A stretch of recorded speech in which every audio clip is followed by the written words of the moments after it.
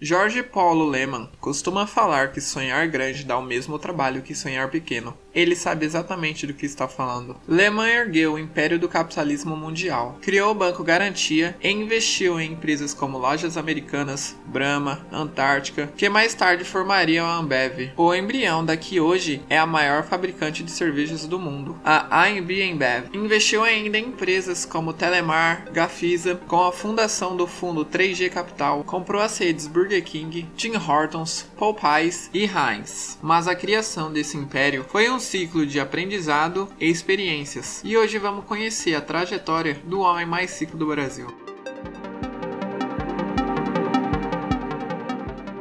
Lemann nasceu no Rio de Janeiro, em 26 de agosto de 1939, com uma família que nunca teve problemas financeiros. Seu pai veio da Suíça para o Brasil no começo do século XX, deixando para trás o negócio de fabricação de queijos e laticínios da família. Primeiro, trabalhou em um fabricante de sapatos, mas depois de uns anos no Rio de Janeiro, resolveu retomar o negócio da família e abriu uma fábrica de laticínios em Resende, a chamada Lemann & Company. Seu pai se casou com Ana Ivete, filha de um casal de suíços, e foi morar em Leblon, em uma casa sem extravagâncias. A morte prematura do pai quando Lemann tinha apenas 14 anos abalou a família, mas Lemann continuaria dedicado aos estudos. Ele se formou no ensino médio anos depois e recebeu dos amigos o título Most Likely to Succeed, um prêmio para a pessoa com mais chances de sucesso. Seguindo os passos de seu primo, foi estudar economia em Harvard em 1957 e chegou a ser convidado a passar um ano longe da sua faculdade, depois de um episódio que envolveu fogos de artifício no campus. Mas em vez de se afastar,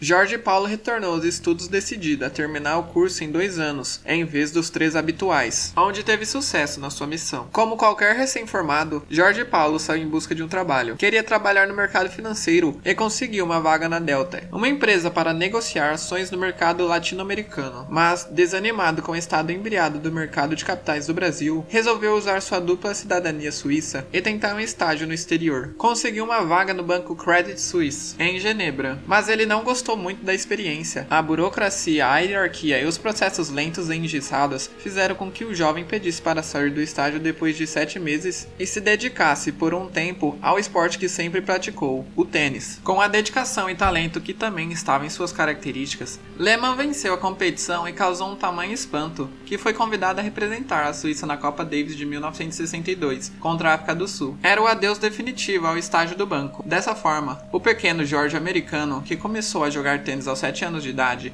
no Country Club no Rio de Janeiro, quase transformou o hobby em profissão. Nessa época, o futuro bilionário esteve perto de se tornar um tenista profissional. Mas depois de uma competição em qual ele foi eliminado na primeira fase, ele ficou frustrado e decidiu abandonar a carreira. Em 1963, de volta ao Rio de Janeiro, foi contratado pela financeira Invesco. Lá, ele estruturou uma área de mercados de capitais que, em pouco tempo, começou a incomodar as tradicionais operadoras de bolsa de valores com uma espécie de bolsa paralela, que chegou a movimentar 5% do volume da Bolsa de Valores do Rio de Janeiro. Em pouco tempo, foi promovida a sócios da empresa, mas em 1966, a Investo quebrou. Dessa primeira quebra, Lemann afirmou que tirou 2 lições. É tão importante cuidar das receitas quanto das despesas. E também é preciso ter gente boa e bem remunerada em todas as áreas do negócio. Na sua passagem pela Invesco, ele conheceu Jorge Carlos Ramos, que seria seu sócio no próximo negócio, a corretora Libra. Os 2 amigos conseguiram de entrada uma participação de 26% no negócio, dividido igualmente. A dupla fez a corretora deslanchar e dar chance para vários talentos que acompanharia Lemann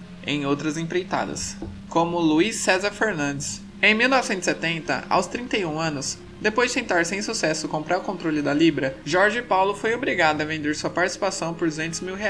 No ano seguinte, com o dinheiro e as pessoas certas, ele comprou o título da corretora Garantia. Em 1972, Marcelo Herman Telles foi contratado para trabalhar como liquidante. E em 1973, Carlos Alberto Sicupira também começou a trabalhar na corretora. Nascia assim, aos poucos, a sociedade que seria mantida até hoje. A longeva sociedade entre Lemann, Telles e Sicupira só foi possível graças a alguns pilares. Os papéis dos 3 sócios sempre foram bem definidos. Um não interfere no trabalho do outro, e os 3 seguem os mesmos valores e dividem o mesmo apreço pela simplicidade e aversão aos holofotes. Apenas em 2000, eles redigiram um acordo de sócios, com a intenção de facilitar a sucessão, já que somados os empresários tem 11 herdeiros. Em 1982, os sócios compraram as lojas americanas, porém, por conta de uma má gestão, a empresa só foi afundando. Para tentarem se recuperar, Lehman e Sucupira visitaram Sal Walton, fundador do Walmart, que se tornou amigo e mentor dos sócios. Em 1993, os 3 sócios fundaram a empresa de Private Equity,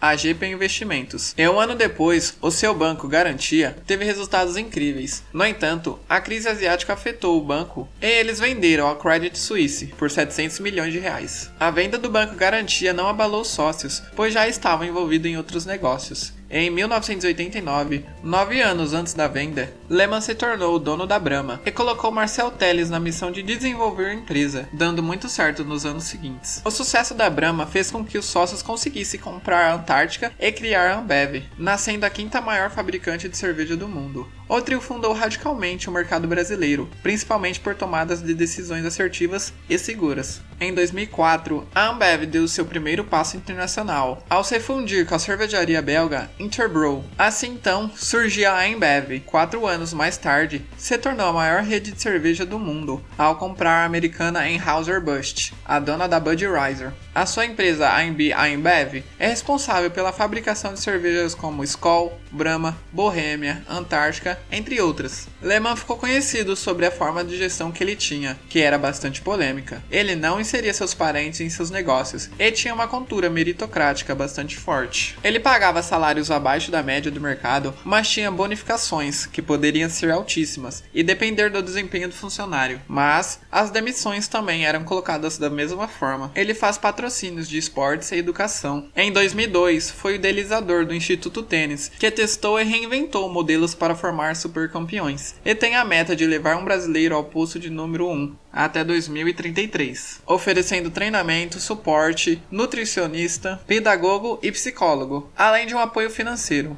Mas esse não é o único projeto de Lehman. Aos poucos, ele foi se afastando do dia a dia dos negócios e se dedicando mais às iniciativas como Fundação Estudar. O embrião da Fundação Estudar começou a ser formado quando Lehman topou patrocinar os estudos do jovem Carlos Brito, que em 2005 se tornaria o presidente da Ambev. Brito conseguiu uma vaga para estudar em Stanford, mas não tinha dinheiro para pagar o curso. Tentou patrocínio pela Shell, a empresa a qual ele trabalhava na época, mas recebeu uma negativa. Soube que Lehman pagava cursos para funcionários da sua empresa e tentou a sorte, e a estratégia deu certo. Em 1991, Lehman criou oficialmente a Fundação Estudar, organização não governamental, que financia os estudos dos jovens em instituições de primeira linha. Jorge Paulo Lehman não foi só um grande empresário, como também quer fazer parte da história de mentes brilhantes, pagando os estudos e fazendo a felicidade de muitos jovens.